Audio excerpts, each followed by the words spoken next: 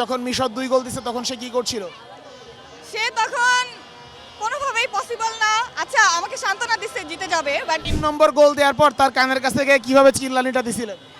তার কানের কাছে মানে আমি তো শক। তখনও আমার খুশিতে মানে খুশির কান্না বের হয়ে গেছে তখন। আর তখন তো আমাকে সান্ত্বনা না না আমি বলছিলাম আমি বলছি, না কথাই পেলো না তখন কোনো। কতটুকু আনন্দিত ছিল মিশর 2 গোল দেওয়ার পর?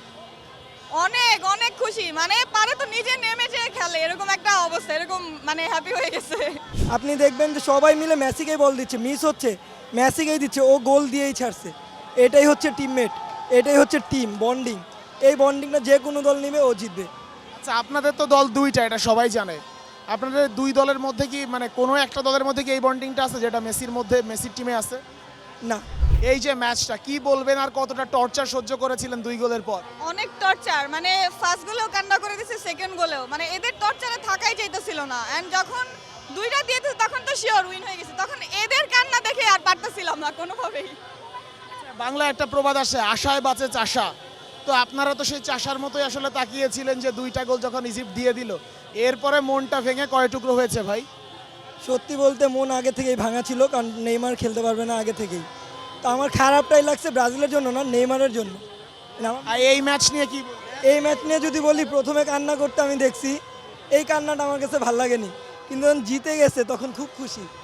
কিন্তু আসলে বলতে গেলে মনের থেকে চাইছি যেমন আজকে হেরে যায়। কতখানি কষ্ট লেগেছে একটু সত্য করে বলেন তো? সত্যি বলতে কষ্ট অনেক লাগছে, কারণ ব্রাজিল হেরে গেছে, ও যদি হেরে যেত একটু ভালো লাগতো। কিন্তু মেসির জন্য শুভকামনা, ও একটা লিজেন্ডারি প্লেয়ার, এর জন্য না নাই। কি করছিল যখন মিশর 2 গোল দিছে তখন সে কি করছিল? সে তখন কোনোভাবেই পসিবল না। আচ্ছা আমাকে সান্ত্বনা দিচ্ছে জিতে যাবে, বাট পরে যখন আবার ওরা মানে গোল দিয়ে দিবে তখন আবার মানে চিল্লাচিল্লি শুরু করে দিচ্ছে যে না না না মিশর উইন হয়ে যাবে। 3 নম্বর গোল দেওয়ার পর তার কানের কাছে গিয়ে কিভাবে চিল্লানিটা দিছিলেন? তার কানের কাছে মানে আমি তো শক। তখনও আমার খুশিতে মানে খুশির কান্না বের হয়ে গেছে তখন। আর তখন তো আমাকে সান্ত্বনা না না আমি বলছিলাম আমি বলছি, না কথাই পেলো না তখন কোনো। আসলে কি বলছিল? বলছিলাম উইন হয়ে যাবে। আর আগে সত্যকারে কি বলছিল? তখন ফার্স্টেও বলছে উইন হয়ে যাবে, বাট 2 গোল দেওয়ার পরে তখন মানে প্রকাশ করে নাই যে আমি মানে হেরে গেলেও কষ্ট পাবে, বাট মনে মনে চাইছে যাতে হেরে যাই। কতটুকু আনন্দিত ছিল মিশর 2 গোল দেওয়ার পর? অনেক অনেক খুশি, মানে পারে তো নিজে নেমে যেয়ে খেলে এরকম একটা অবস্থা, এরকম মানে হ্যাপি হয়ে গেছে। কি মাঠে নামার চেষ্টা করেছিলেন? চেষ্টা অনেকখানি করছি কিন্তু হয়নি। সব ভালো যার শেষ ভালো তার। আর্জেন্টিনা টিমের জন্য, এই আর্জেন্টিনা নিয়ে কি বল?